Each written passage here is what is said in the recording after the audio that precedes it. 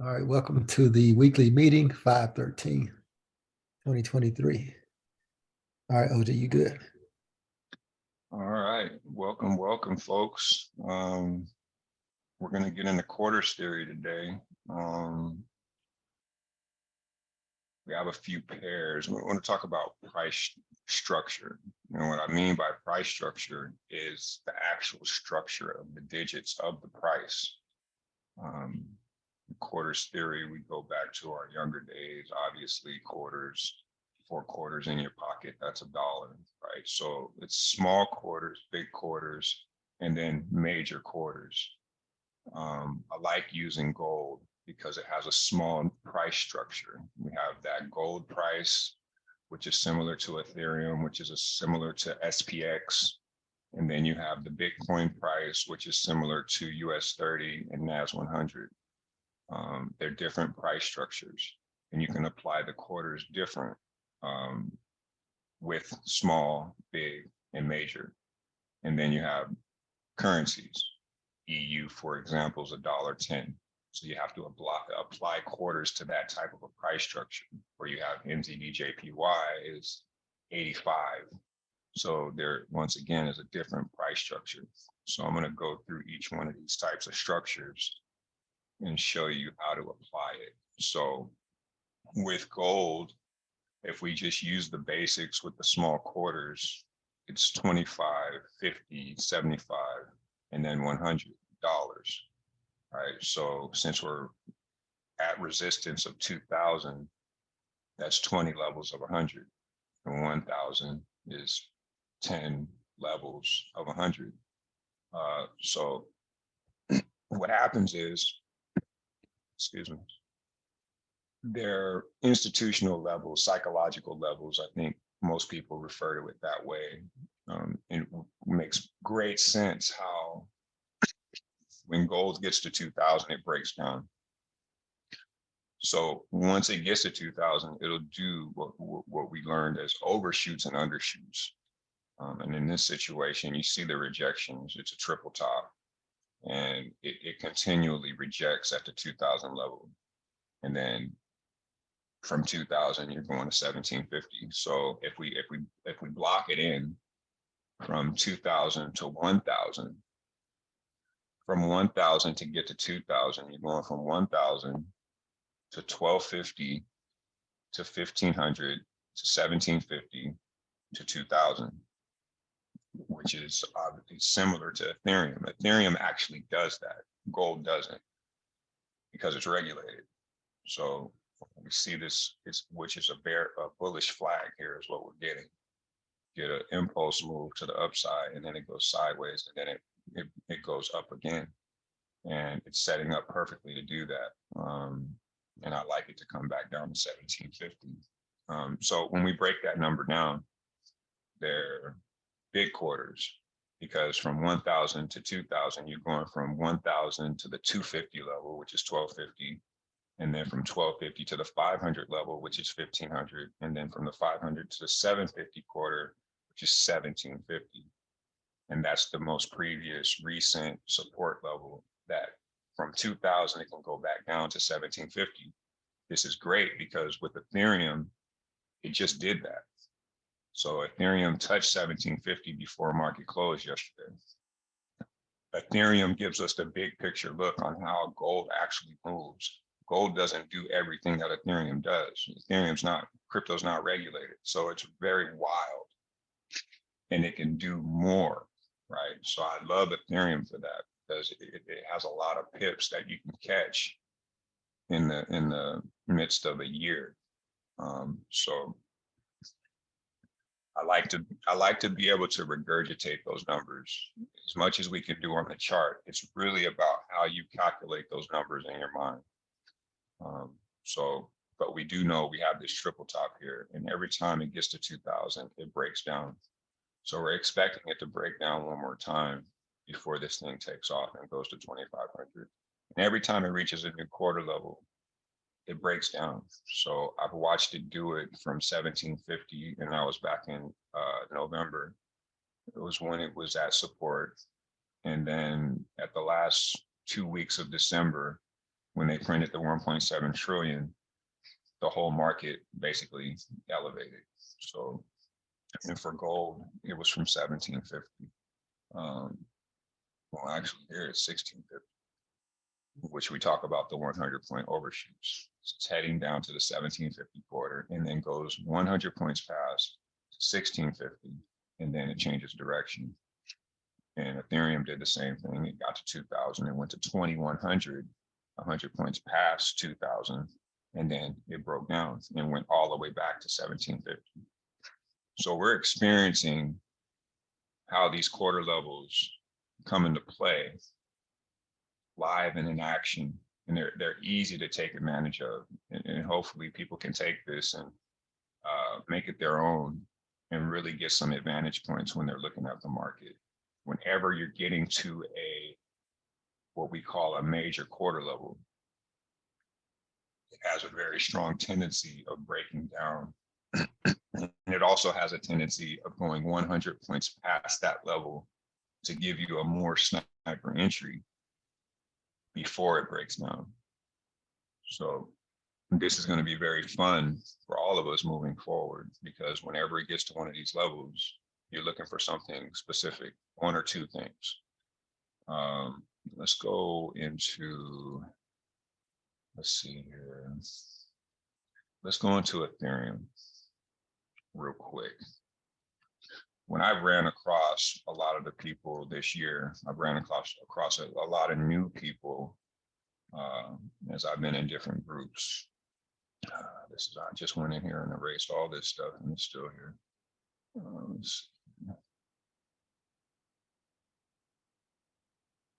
It just came right back.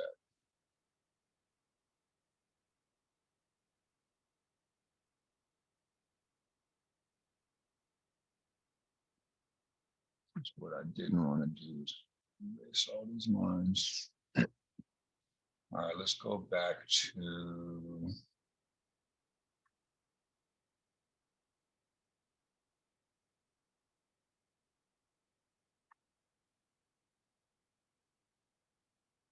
that's embarrassing. Let's go right. That's March 14, right in here. Yeah, I'm gonna box this in. All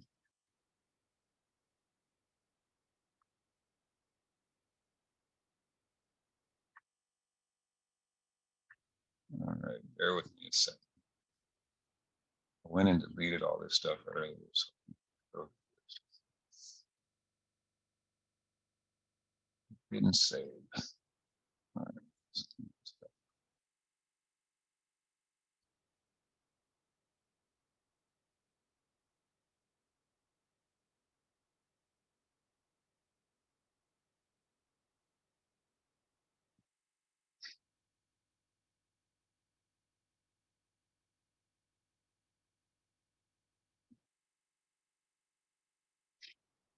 We're looking at, all right, 1750 quarter, right there.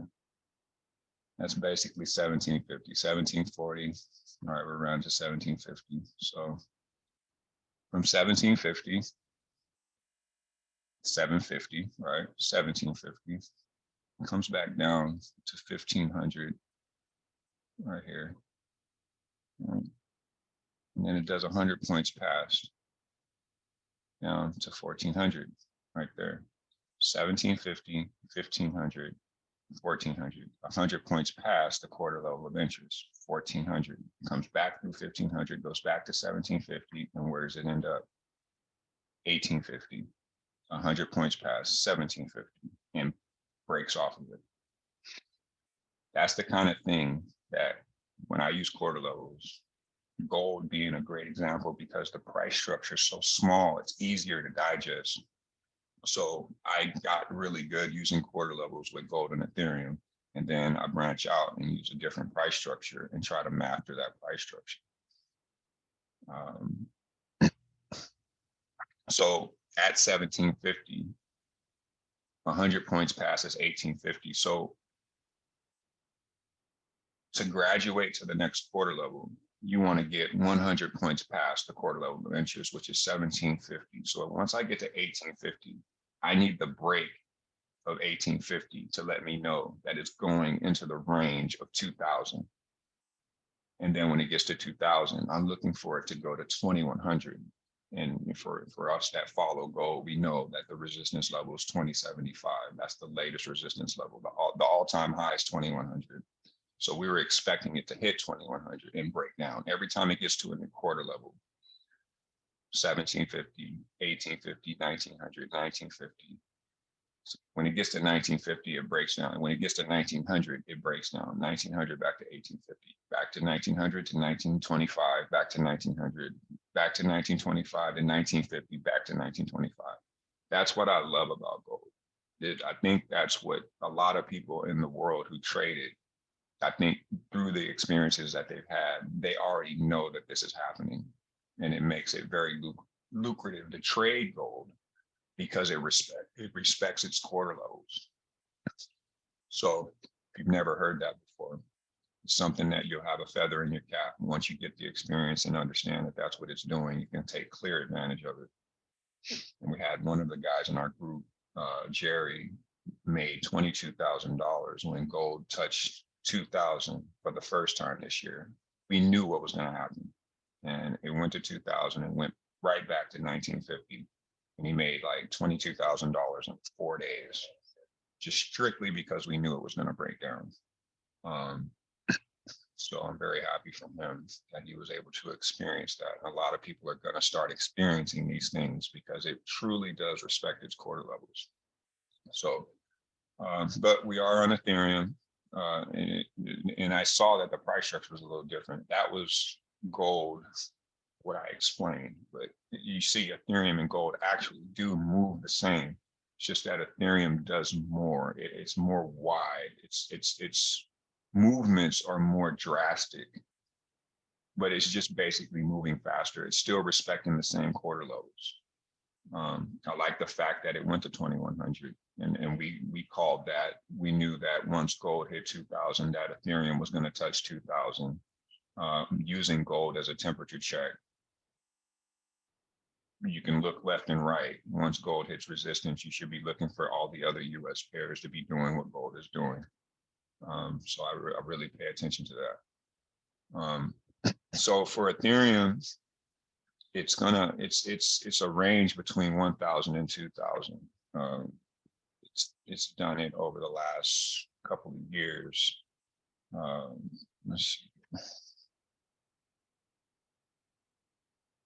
On the monthly here, there it is right there. That's 2050 on the wick, comes down about 1064, and then back to 2000, 2100. Expectation is going to come back down to support this year. So that's what we're thinking about. Just a few seeds to look forward to. All right, let's go to Bitcoin. Different price structure. Just wish all these lines were gone. So the prices over here are in the tens of thousands. So small quarters, 25, 50, 75, 100.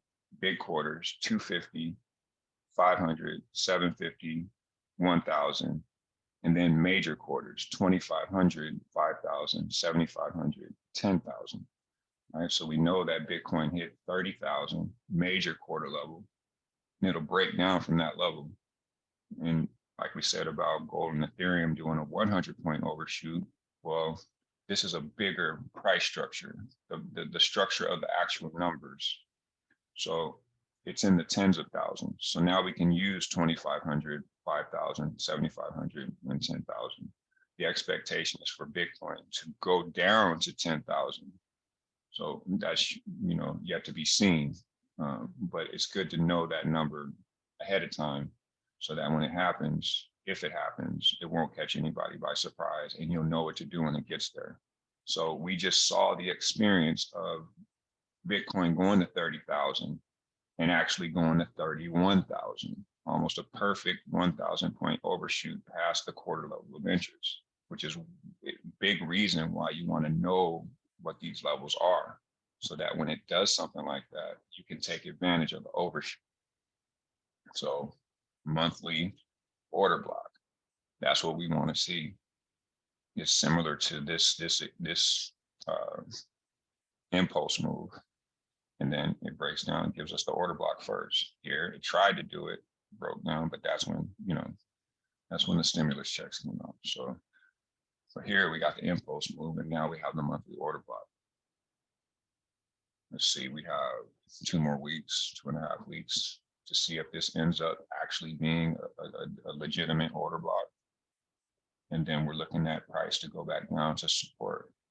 But what I'm saying is, at 30,000, when it does the overshoot to 1,000, and then it comes back, and then it goes down to 10,000, the possibility, 10,000, a nice round quarter level number, and then it goes 1,000 points, 1,000 points past 10,000 and goes to 9,000, and then pulls back, which is great with Ethereum, right?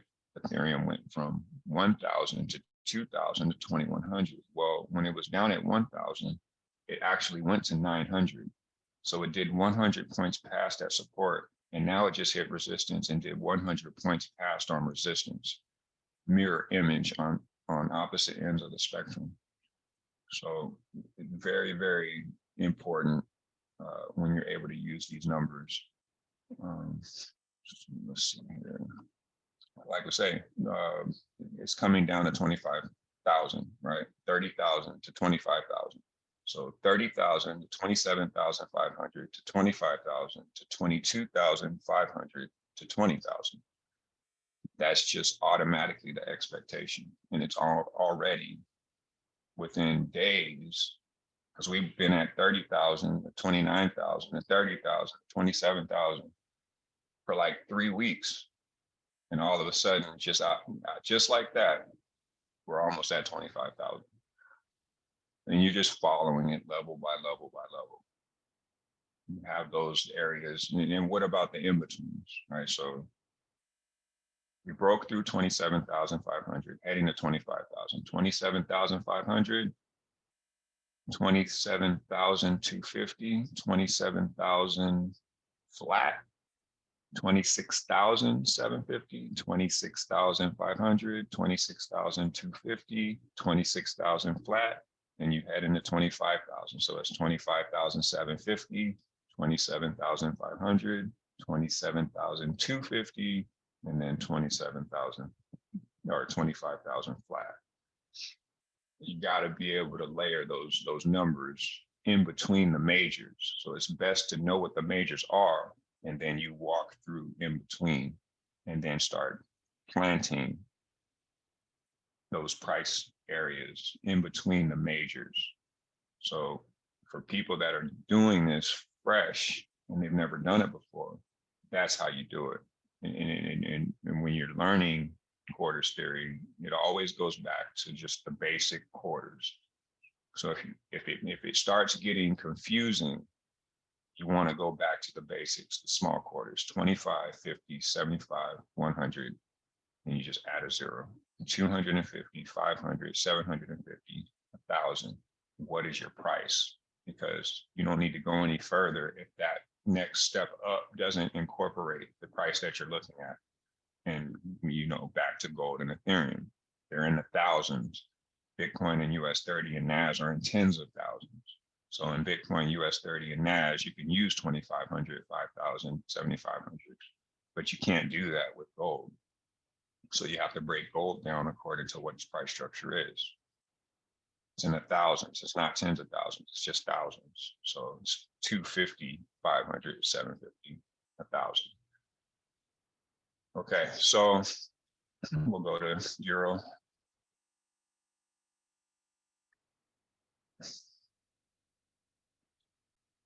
And I know these numbers, I'll be following these pairs. So $1.10 is resistance. And Euro got to $1.10, 900. It didn't really get to $1.11, but it got pretty close and it broke down. And then once again, we have the bearish order block on the monthly. It's not all set in stone yet, but it's looking pretty nice. So the last time EU got to 110, it went straight to 105. So there it is right there, 1010, 300-ish. So it did a little bit of an overshoot, but we do know 110 is the rounded off number. And then it goes down straight to 105. There it is right there. $1.10 to $1.05.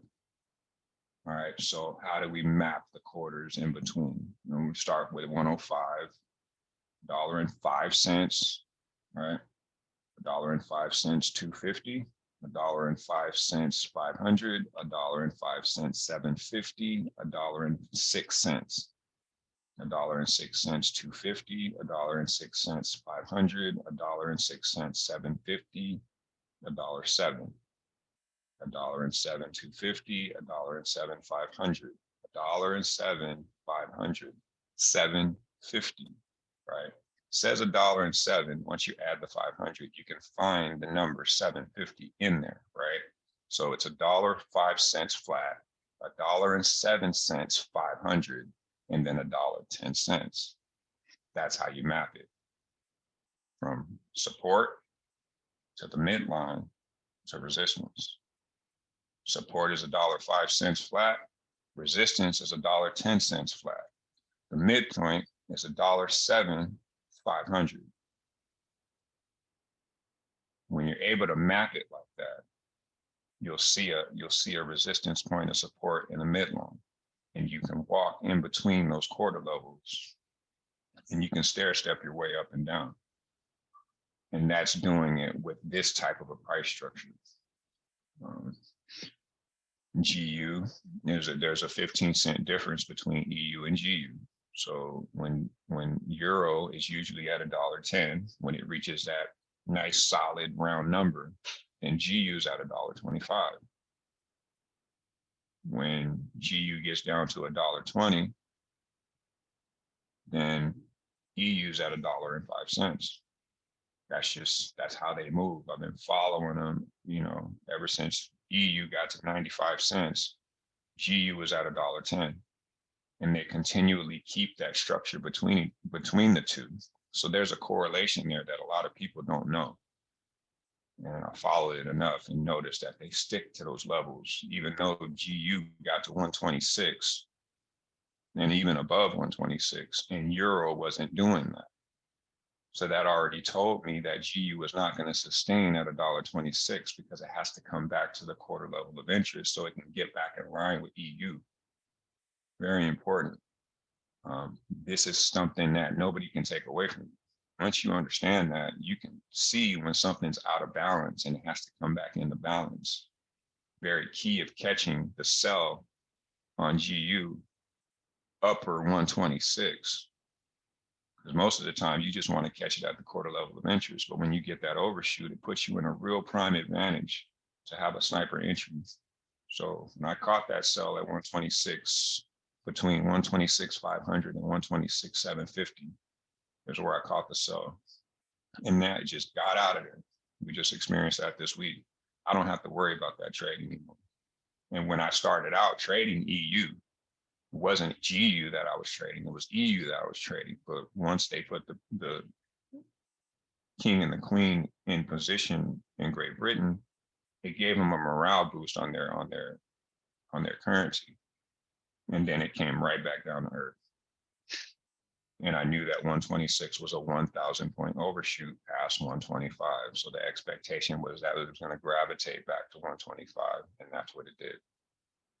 So not only are we learning quarters theory, we're learning that there's these overshoots that happen. And then because we know the quarter level, it just lets us know that it's out of balance and that it needs to come back into the balance of its price structure. So these are little caveats that we'll be able to carry moving forward, and it'll be repetitious. So it's going to be great what we're doing in introducing it, but if there's any questions, we're just going to constantly regurgitate and repeat everything we have to repeat to make sure the light bulb can click for everybody involved.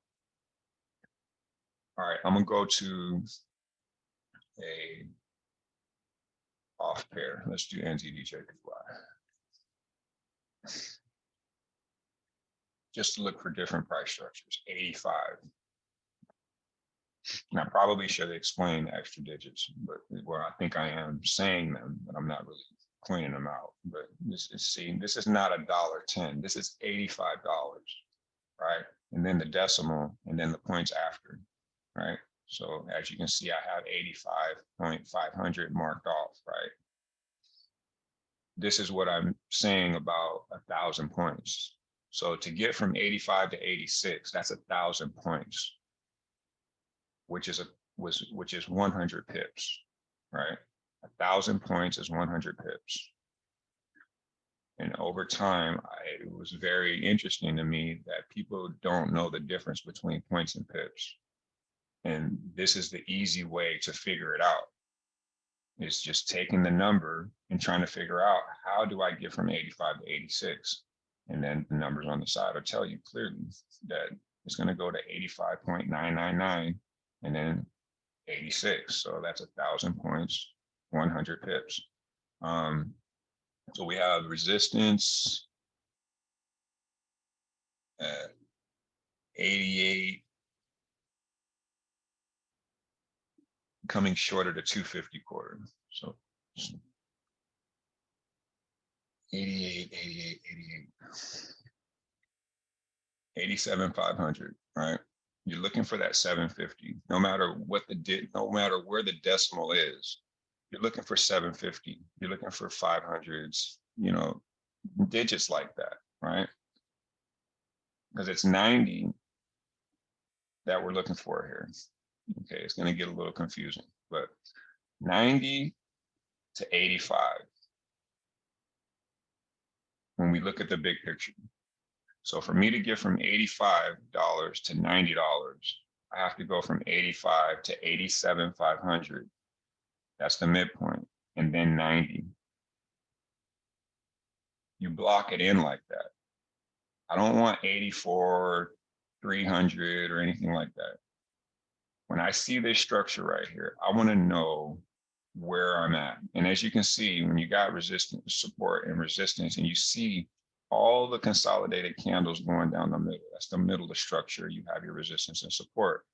Looks very symmetry, but the symmetry is almost perfect, right? So my support, when I go down here, I'm looking at 80, right? There it is, 80, 85, and 90. Okay, that's my ruler. 80, 82,500, 85, 87,500, 90. That's how you break your quarter levels down. For any type of price structure, you want to take the rounded numbers. That's what the market, that's where they make their moves. So as I come down here to this 80 level, you see this wick right here. It's on the 80, but if I go to the exact level of the wick, it's 79,500. It did a 500 point overshoot past 80, and then you got pips all the way up to resistance. And then it comes down and does an 80% retracement. And because you understand quarters, you know you're still clear. Comes around and does an 80% retracement, and then it continues to the upside. And it approaches 80 again, 80.500. That's why I round it. It says 84.23, but I round that to 80.500. If you continually do this, you see it broke down. And as soon as it got there, it just took off the other direction, just based off of a round number, 80.500, right? Different price structure, still incorporating quarters. And that's really all it is. The confusion for people, especially when they read the book, it puts a lot of digits in front of you, and it's hard to decipher it because of all those digits. But understanding how you can incorporate the decimal, remove the decimal, you don't have to how do we say it? Like when we're at 87,500. 87,500. You have to decipher that 750 is in that price. 8,500, 87,500, and then 90. If you just read the book and you don't have anybody to explain it, and even when I'm explaining it, it still can get confusing. But the easiest way I can say to break it down is to box your structure in. And because we're on the monthly chart, right? We're on the monthly. Yeah, we're on the monthly, right? So we can take this entire structure. This is current structure, even though this is what, 1, 2, 3, 4, 5, 6, 7, 8, 9, about 12, 14 months, about a year's worth of candles. But this is current price. If we go back, this is not, see, the structure is lower, right? And then it transitioned, impulse move, and then created a new structure. So this is our current structure, even though it's a year long. It's going to have to break resistance or break support. Once it comes out of here, then we decipher what we're going to do. And as we look at the structure, right, we are at resistance. This is due to break down. That's what it does. It goes from resistance to support. It takes however long it takes. This reminds me of the dollar chart. How back in the day, 20 years ago, you had this upper level structure. Then it comes down to support. And then it makes its way back up to resistance, but it breaks down at the support level of its previous resistance. That's what the dollar's doing on its monthly chart. This is 2001, and then this is where we are now. And it can't get past the support level, and then it's breaking down. So it's funny how things correlate with structure. That's what we're trying to become technical analysts. This is the type of stuff you need to be knowing and paying attention to. This is where it's going to break down. And it's going to do at least a 50% retracement from the bottom. So we're looking at 76,500, $75, somewhere in this area right there is where this should go. And you just plant your quarter levels in there and understand when you're getting to a quarter level of interest and looking for a bounce. And that's pretty much it. Hey, I got a question, OG. Yes, sir. Well, first of all, you're welcome for using my analysis on the. I know you didn't use it, but so just from being in your group on Signal, you guys automatically sell when it hits. So when it presses resistance, you guys automatically sell to the previous quarter, correct? Well, it depends on the pair. You know, this is NZD, and we don't really know their fundamentals. We can make educated guesses. You know, like I said, this correlates with the U.S. dollar chart. It looks like this. Matter of fact, we can go to it right now.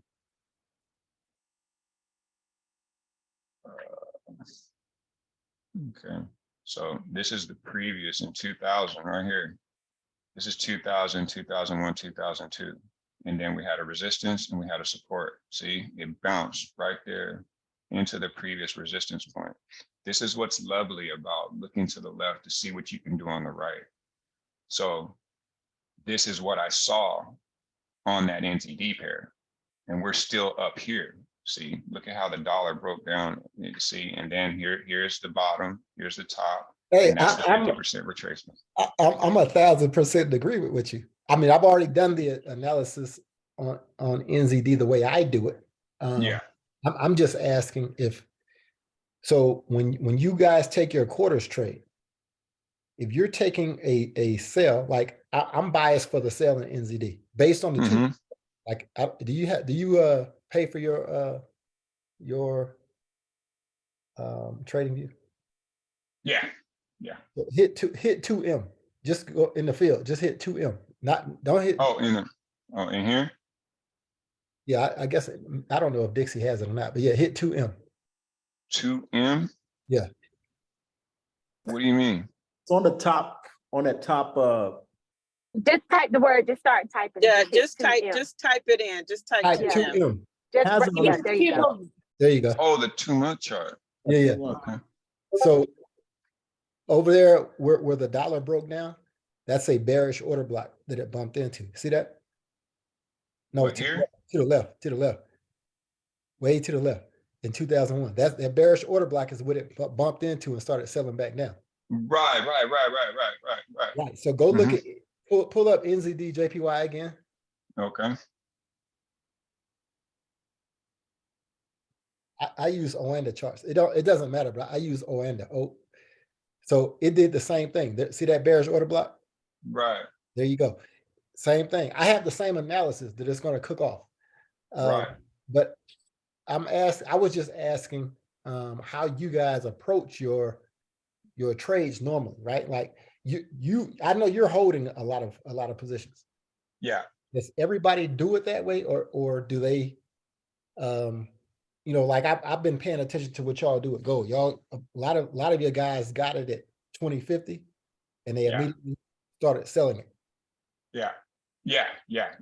So in this case, it's 87,500, right?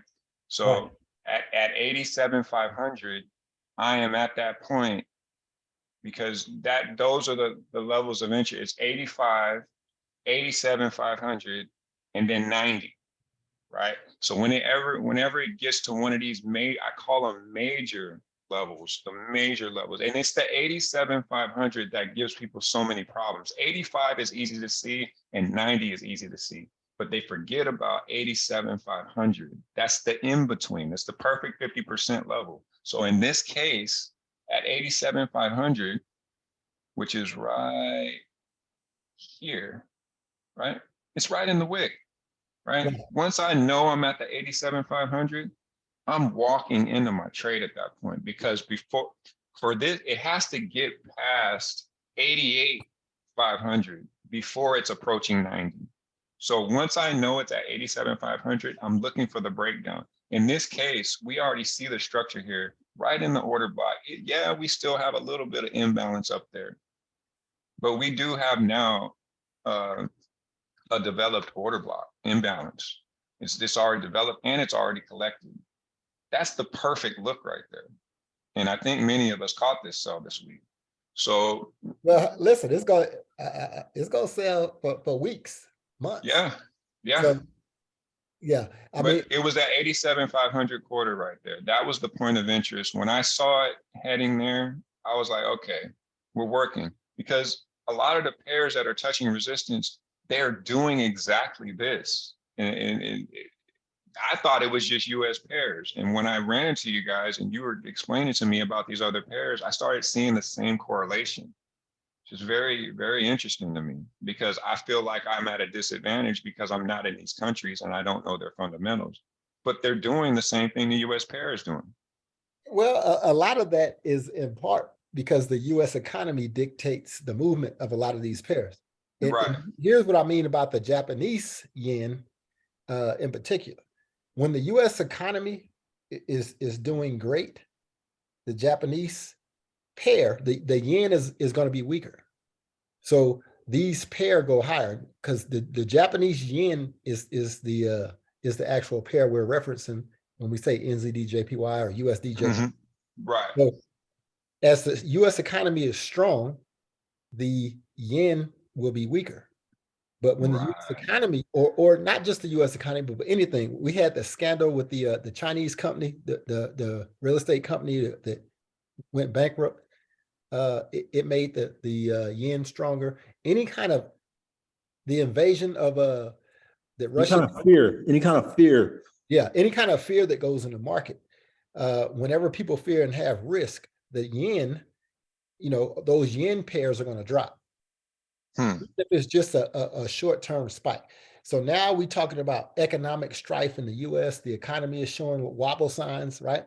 So we'll start seeing the yen get stronger, and we'll see these JPY pairs breaking down. And the same way we saw USD JPY back, we looked on a 3-month chart in December, and we saw then that it had a bearish order block. We knew it needed to trade up into it, and I think we still have a couple hundred pips that we need to go up on USDJPY. But like you said, it's wavy. NZDJPY started breaking down a couple of months ago, but it's really going to start cooking here, because you go from getting a 2-week bearish or a 2-month bearish order block to now you have a bearish order block on the weekly, and you can see it start to cascade down. Right. So yeah, it is correlated. But the interesting thing to me is how wavy it is. You know what I'm saying? Yeah, yeah, it's a beautiful thing. Yeah. It lends a hand to patience. And if you can catch that one pair that's leading the way, kind of like what EU and GU did. Yeah, and I was thinking about catching when the EJ and GJ really break down, they move faster than NU. I mean NJ. Yeah. So yeah. But we don't have to wait on them. We can just trade this one in the meantime. Right. That's so key. I mean, yesterday or last week, it became very clear to me that because people are having their break time from market close to market open, they're so ready to jump into a trade when market opens. And if we can disseminate the idea that if your trade is not in a tradable position, just let that thing move. And if we have people who can see the pairs that are actually tradable, migrate to that and let your pair do what it needs to do to get to where it needs to go, and then get to that later. Don't just jump, because people say don't trade on Sundays. I believe that to an extent. It's just that people are trading pairs that are not tradable at market open. That's what it means to not trade on Sundays. Stay out of those pairs that are not giving you what you're actually looking for. And we have enough sauce going around where you can actually trust your person on your left and on your right to focus on a pair that's actually tradable, to keep you out of a whole lot of trouble.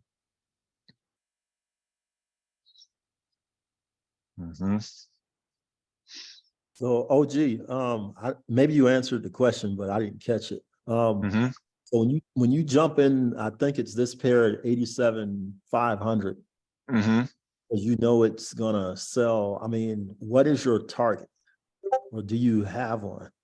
The target is the previous structure. See, that's the order block that was created way back when, right? And that's really where it broke the neckline. This candle is the catalyst. And that's exactly where it came and collected. So as I'm coming up to 85, my radar is already on 85. Okay, so what is it gonna do at 85? Because that is a round number. It should break down on 85. And if you look at the structure, it actually did. It tried to go out and then came right back in and created the order block at 85, but it spiked to 87,500. So once I get to the level of interest and it starts going past, now I'm looking at the next quarter level above.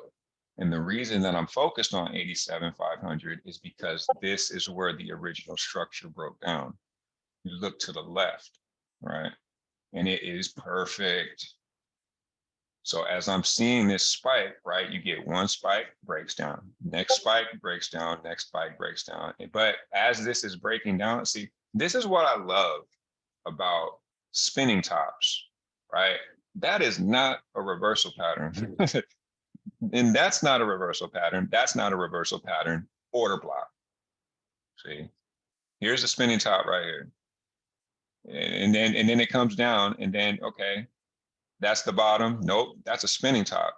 See, and then you get an inverted hammer, and then the order block. None of these are order blocks. I mean, you can consider this an order block, and then it goes down to a spinning top. Spinning top, spinning top. That's a yin yang, right? Indecision. About as clear of an indecision as you can get. That is not a reversal pattern. So moving forward, like spinning top, spinning top, spinning top, and then order block. Soon as you get that order block, now you get 1, 2, 3, 4, what is that? 6 months. This is a 2-month chart. 6 months of candles wicking on 87,500. So you're like, okay, you've got plenty of time. And that's a long time. that you're just getting indecision candles, but you're getting fairly considerable pullbacks at the 87,500 quarter. And all this time you have to understand that this is the catalyst candle right here. And that's exactly where it's wicking. I mean, it don't get no better than that. And I didn't start looking at this pair until I got around you guys. So it just makes sense how this played out. And it looks so similar to what that dollar chart looks like. And this has not started to do what the dollar chart has already done. The dollar chart came down to here. So just because of that. We on our way. We on our way this week. Yeah. Yes, sir. Yes, sir. That looks saucy. So we can get everybody motivated to be able to see these things ahead of time. That order block is where it's at. I mean, you have one right here, order block, and it comes up, collects, and then takes off. That, I mean, see, it should have did it here, and it didn't, right? It took all this time for it to come up here and do what it did right here, right? It can happen next to each other, or it can happen wide spread out, right? You still have a little imbalance in here that could be collected, but ultimately we already have the order block. So it's already telling us that it's breaking down. I call that a tap in. You call it collective. So it's for everybody in here, you know, when I used to try to show you how to enter your trade at an order block, it's the tap in. He's talking about it's the collection. And remember, we used to say sometime if it doesn't tap you in, it's not your trade. Wait until it comes back to tap you in. There you go. It's the same concept. He's saying it just a little bit different, using different words. It's probably a 78.6 pullback too. I agree. Yeah. Let's go in here. Let's see. It is a 78.6 because I did it. I told you. I showed the work on my analysis. Oh, okay. On the Swing Traders channel, the Swing Traders Signal channel or whatever. This in the group. Yeah. You can see the analysis. You can see the PowerPoint.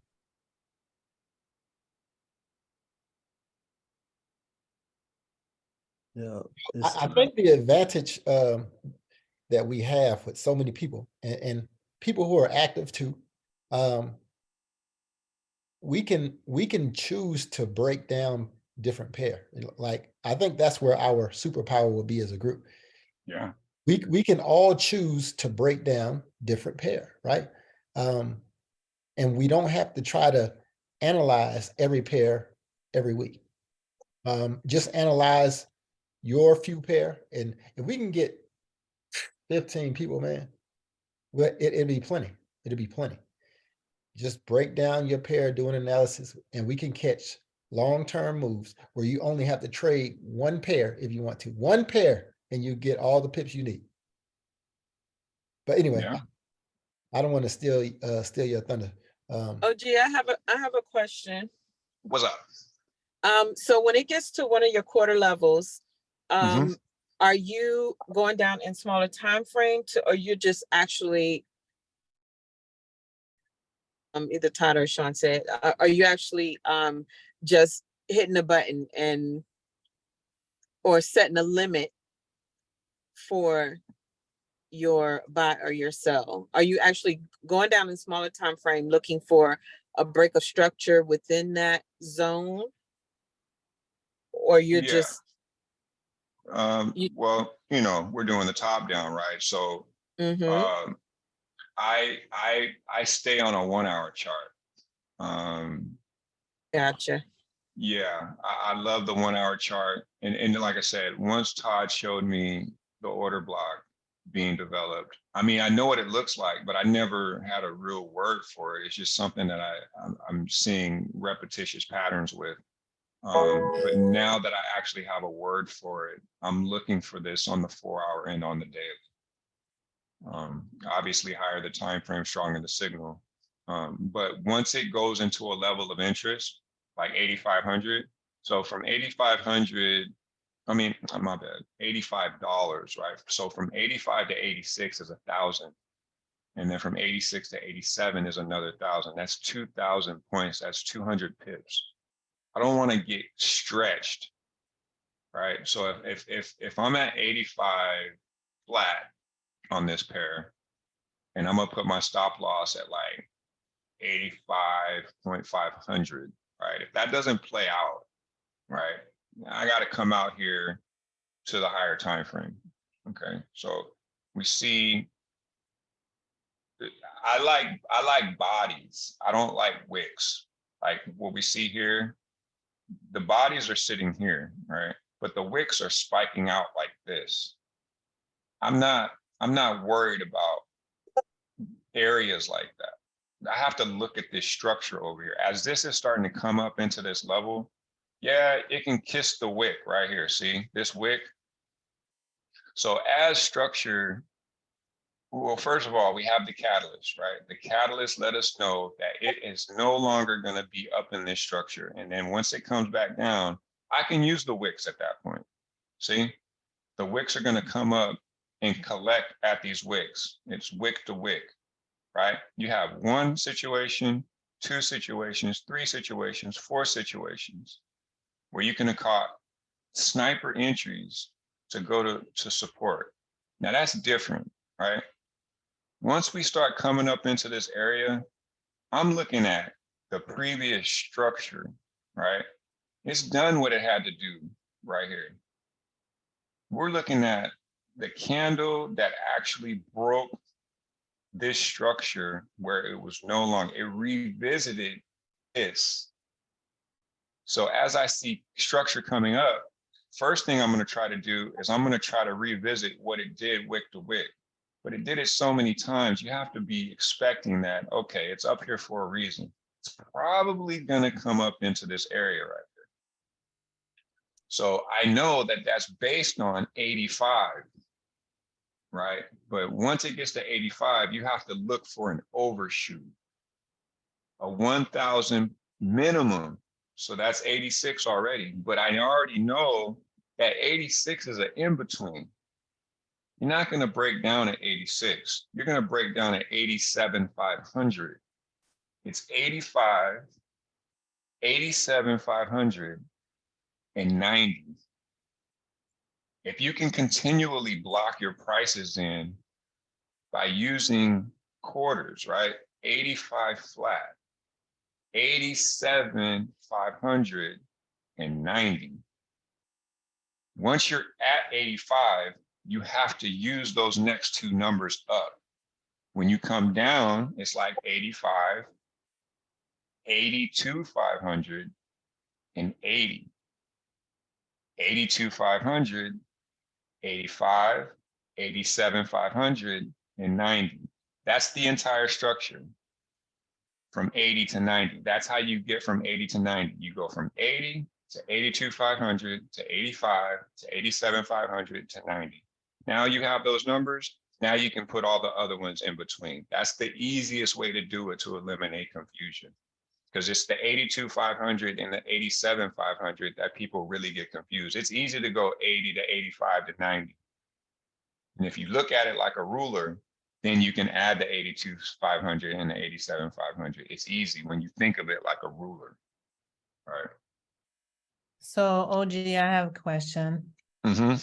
Mentioned overshoot a few times already. Mm-hmm. So with the overshoot, is this kind of like a wicking out, or you just want to see if it's actually going into that quarter and breaking it, or? So yeah, good question. When how do you know that it's trying to actually get to the next quarter level, right? So when it got to 85, okay, I want to see it get past 86. So 85, 1,000 points beyond is 86. If it can get past 86, then I know it's going to 87,500. But if it can't get past 87,500, I know it's not going to 90. This may not make sense right now, but we're going to keep repeating this. To get to the next quarter level, it's got to pass the halfway point. Okay, so now that I'm dialing this into 85, right? And the next level up is 87,500. it can't get to 87,500 unless it gets past 86. As soon as it touches 86, and I'm looking at 85, when it gets to 86, I'm already under the impression that it's going to go to 87,500. Doesn't mean that it's going to pass it because it's a major key quarter level. It's either going to be 85 or it's going to be 87,500. In this case, it was 87,500. It couldn't pass it. It just couldn't pass it. To get past 87,500, it has to go to 88,500. We know it doesn't want to do that. We have monthly candles here stating clearly that it doesn't even want to stay above 86. That's exactly what I'm talking about. Once it releases pressure from 86, it's already telling me that it max is going to be 87,500 because it's going to come right back to 85. And that's what it did. Now it's just sitting at 85 at the 85 level. And then it went to 85,500. Okay, so you don't use your overshoots for like a sniper entry, you just use it. Yes, I do. Yes, I do. I just did. I just caught it at 85,500 because that's the move I just caught on NZDJPY.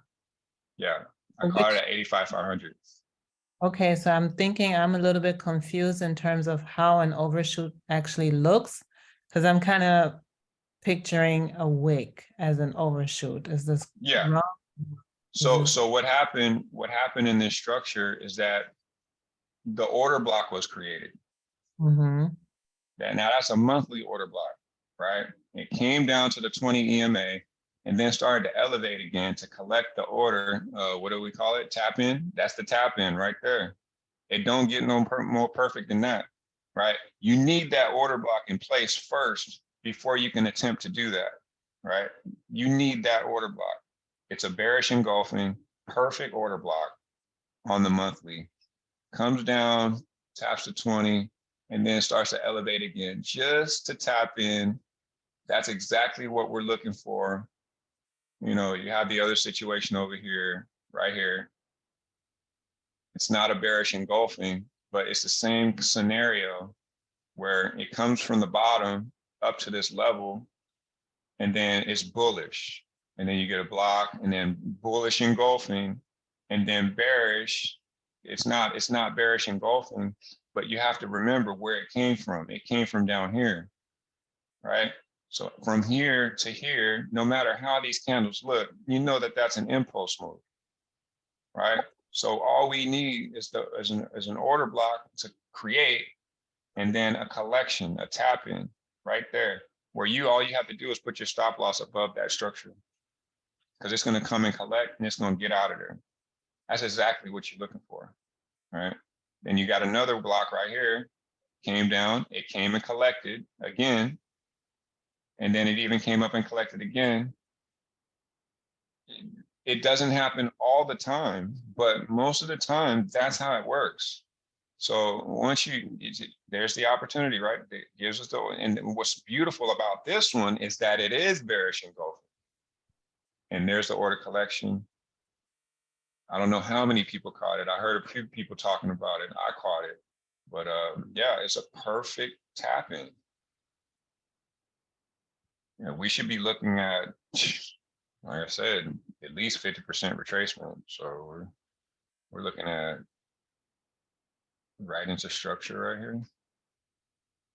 That's 74, 75, 85 to 75. That's 10,000 points. That's 1,000 pips, right? Yeah. That's crazy. And shout out to IC Forex clearly, because it's enhanced me. So ICT and SMC, smart money concepts. I'm just natural with this stuff. And now I can put a word to a lot of this stuff, and it really, really, really makes sense. I'm dangerous, and I'm just getting more dangerous. So I'm loving this. I gotta explain things 1,000 times on top of 1,000 times. I'll do it, because people need to understand what they're seeing here. It's very, very key, very special, very easy to implement. You we're a team. So we just keep making sure we get people up to speed. They can see these things ahead of time. You know, if we could have really had everybody on this move last week, but this is new to me. So now that I have a word for it, I'll just keep promoting it.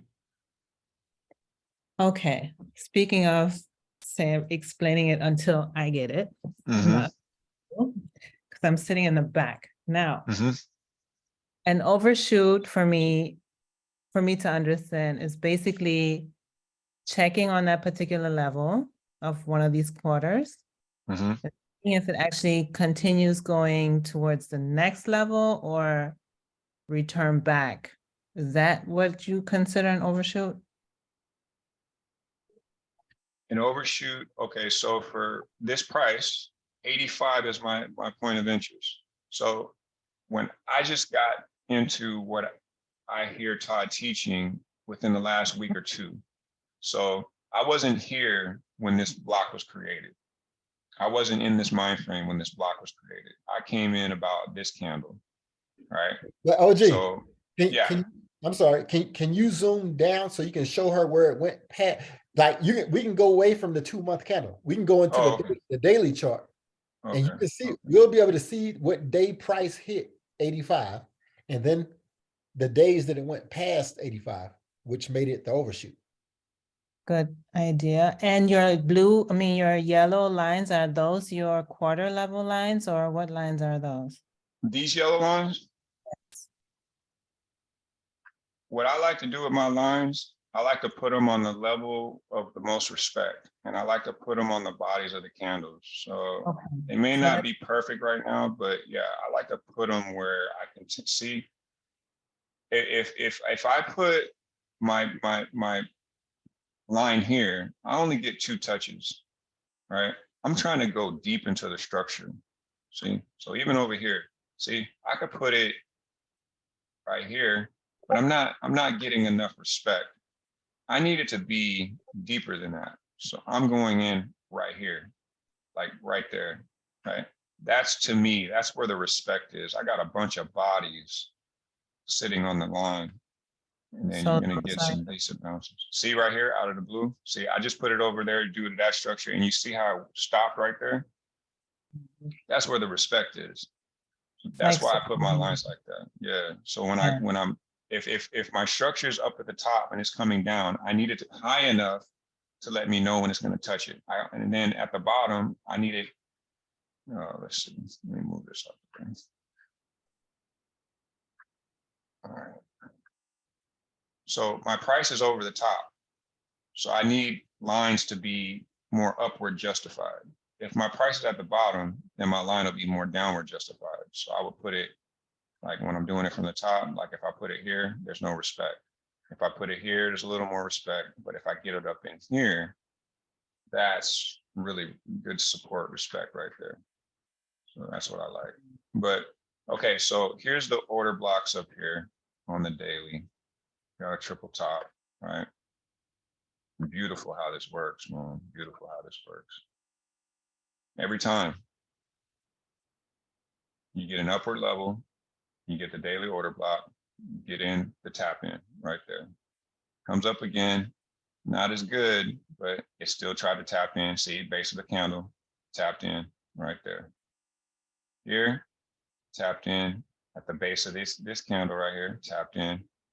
Here, it didn't do anything, right? It just got out of there, right? It's not gonna happen all the time, but most of the time it's gonna happen. So here, there's the block, taps in right there. Here, didn't do it. Here, order block, tap in.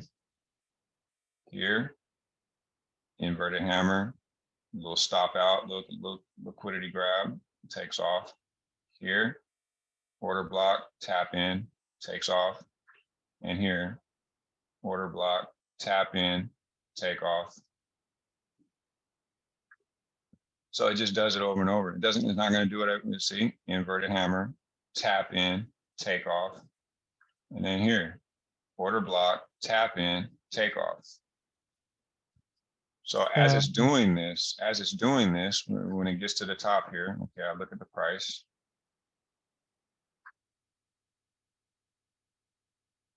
That's the 87,500 is right about there. 87,500, right? Not too far over the top. Now I'm going to put this line at 87,500 because that's what it's showing me. That's the quarter level of interest. Look how many times, right? See, it broke down, didn't even make it.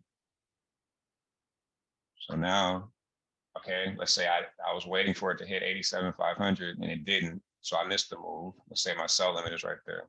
Then here, it pulls me in, right? And then here, it pulls me in.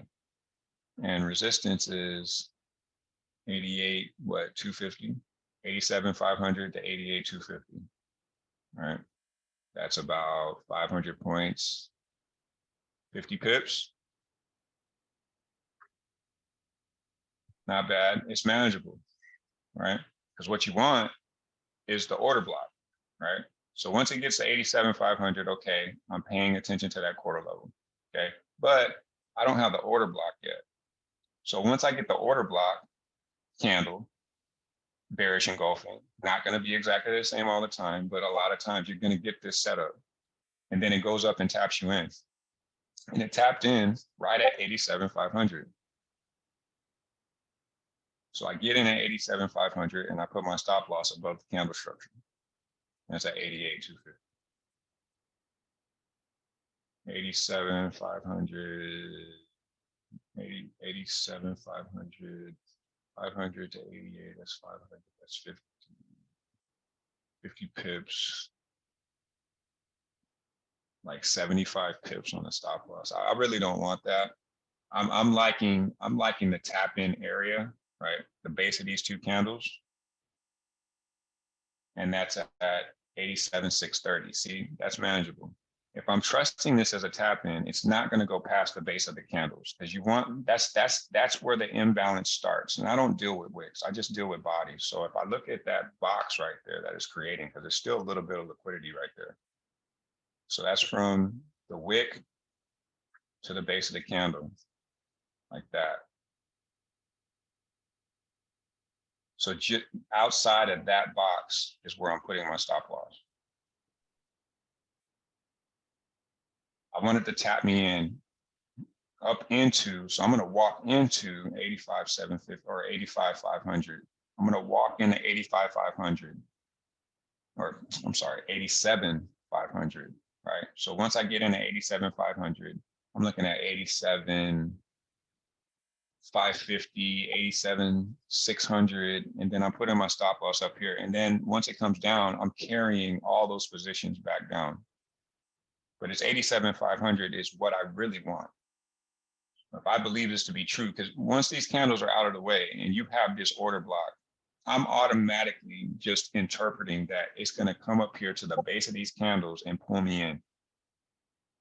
If that's not what I get, then I'm wrong. I don't need the position. But having that order block solidified already tells me it's ready, right? In this situation over here, see, I didn't get that opportunity, right? It just went down. And then this is where the move doesn't play out, but this is where it does, right? And then when you come over here, here's another situation right here. Considerable amount of pips. Here's another situation right here. Considerable. Then at the point of interest, again, right? Considerable. My stop loss is somewhere at the base of these candles and above. Because when this plays out properly, this is what you get. It's worth using the same technique every time because it's lucrative. It's tricky on how you place your stop loss, but ultimately, this is the structure, right? It's not going to bypass. When you do it correctly, it does not bypass. And it's very trustable. Hey, I would even argue that when you get your order block, right now we're looking at the daily candle. If you get a order block on your daily candle, you drop down 2 time frames.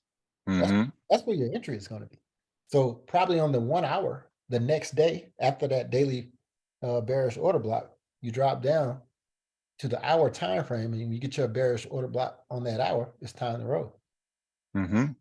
So, I mean, you know, this is just, I mean, I think it's a great way to tie everything together, man. Like, this makes so much sense that you can catch this no matter how you trade. It's like you say, just consistency, man. And Yeah. all of us looking, and everybody's saying something. You see it, you got to say it.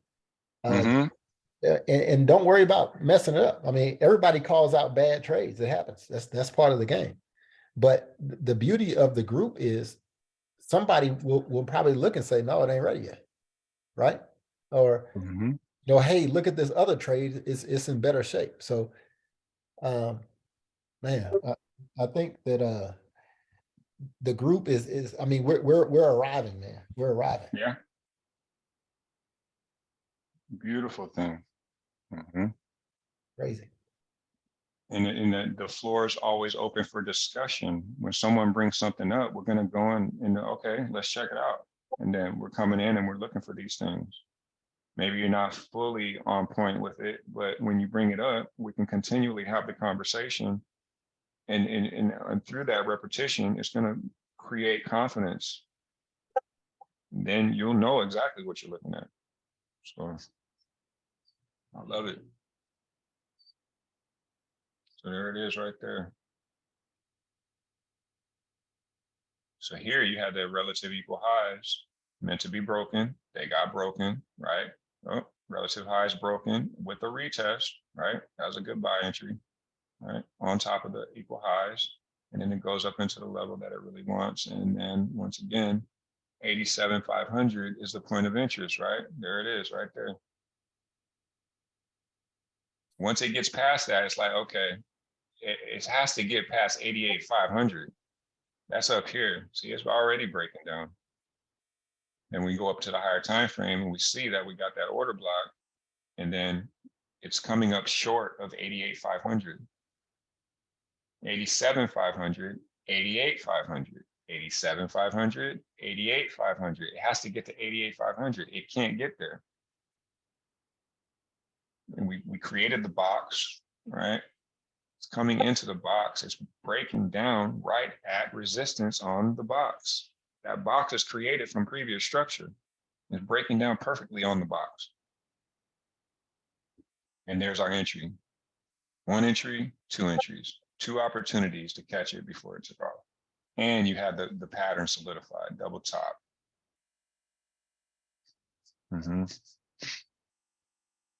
With 87,500 being the point of interest, it can't even stay up there. It's coming right back down. 87,500, right? Those are the numbers that get everybody confused. It's 87,500 and 82,500. You can get 80, you can get 85, and you can get 90. But when you put those other two levels in there, they're in-betweeners, right? You really want 0, 5, and 0. Those are the keys, right? Once you get to 87,500, they're kind of like in-betweens. They still work. I'd rather use the 50% level and the 100% level and 0. Those are the strongest, but you still can get action at the 250 and the 750 levels. And whatever your price says, you have to incorporate those numbers. They're there. You have to know that they're there. If you don't know that they're there, there's a disadvantage going on. 87,500. That number is important.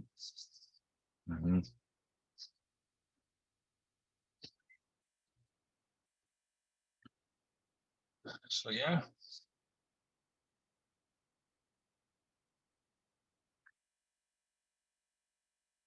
So in regards to what we're seeing right now,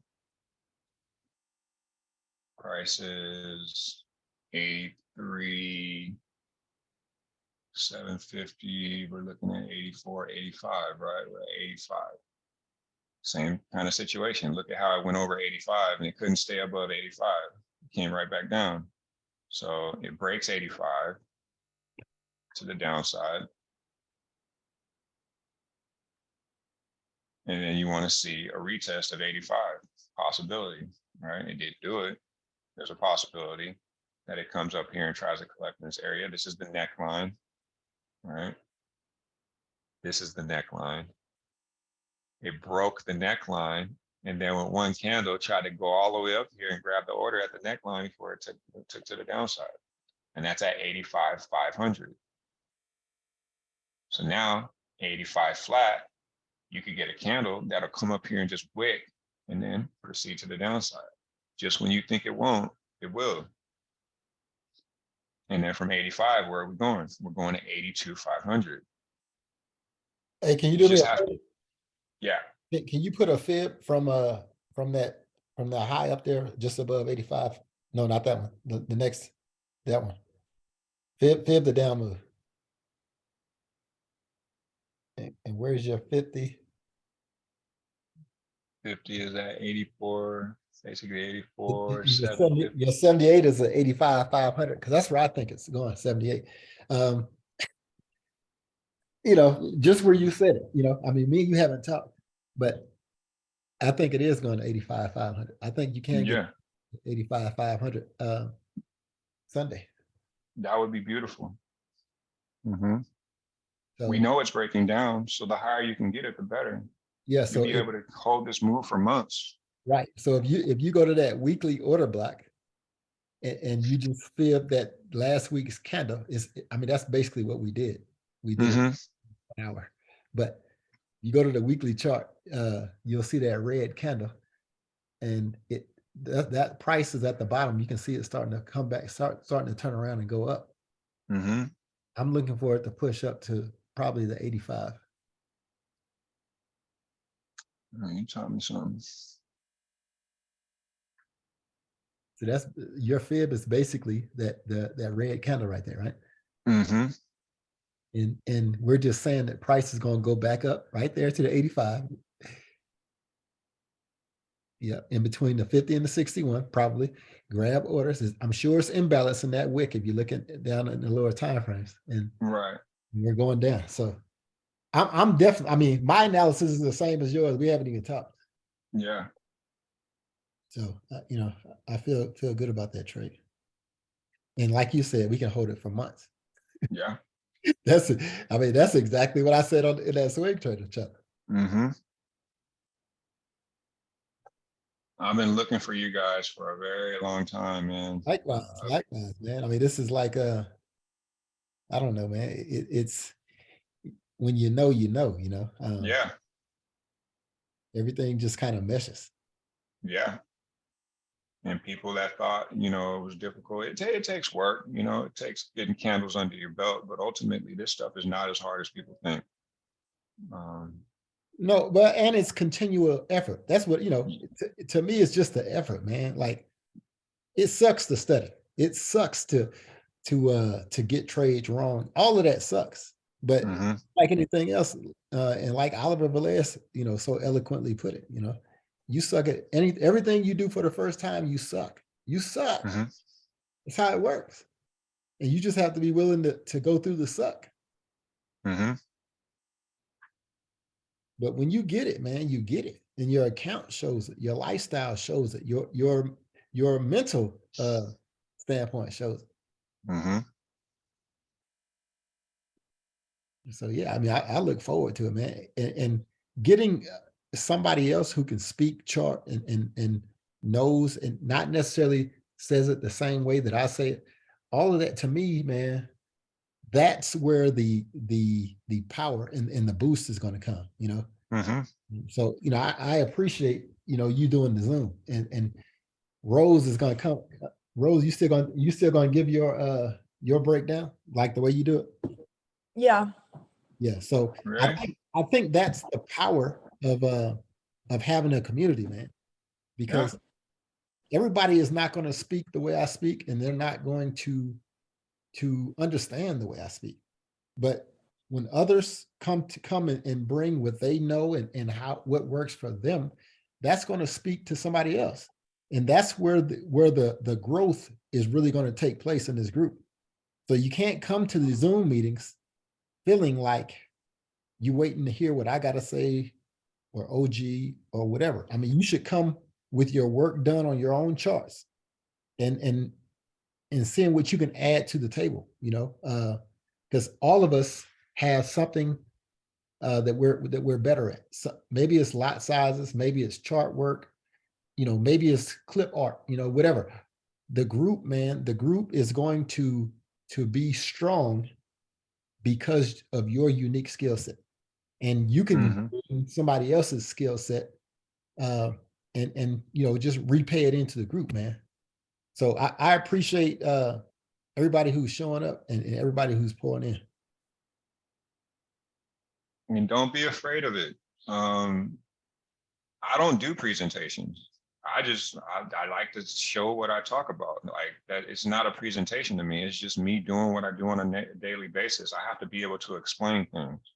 And I'll accept that challenge anytime. It may not be anything formal. Like that was about as formal as I can get.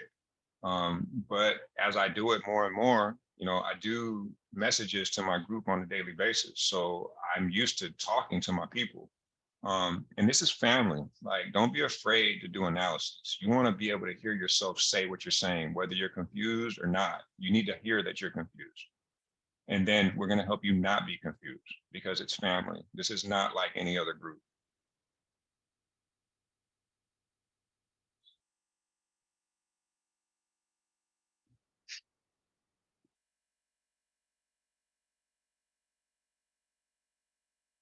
Y'all got any more questions for OG?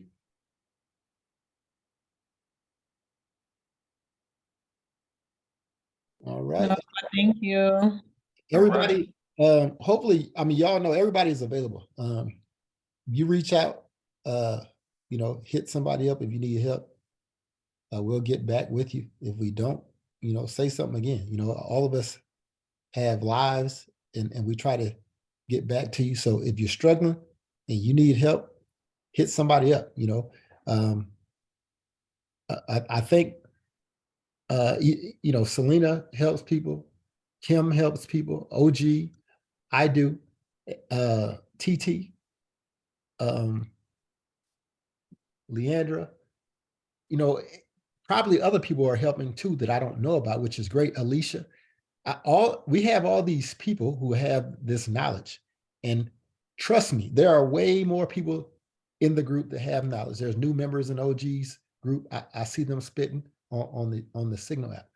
But what I'm saying is, don't be the person in the group that needs the help and just you're scared or your pride won't allow you to reach out to somebody, because this is FREE. It's a beautiful thing that is free, first of all, but it's free and it's quality information. Like y'all, we couldn't, the last group I was in, the last group that I ever paid for is the group that most of y'all came from.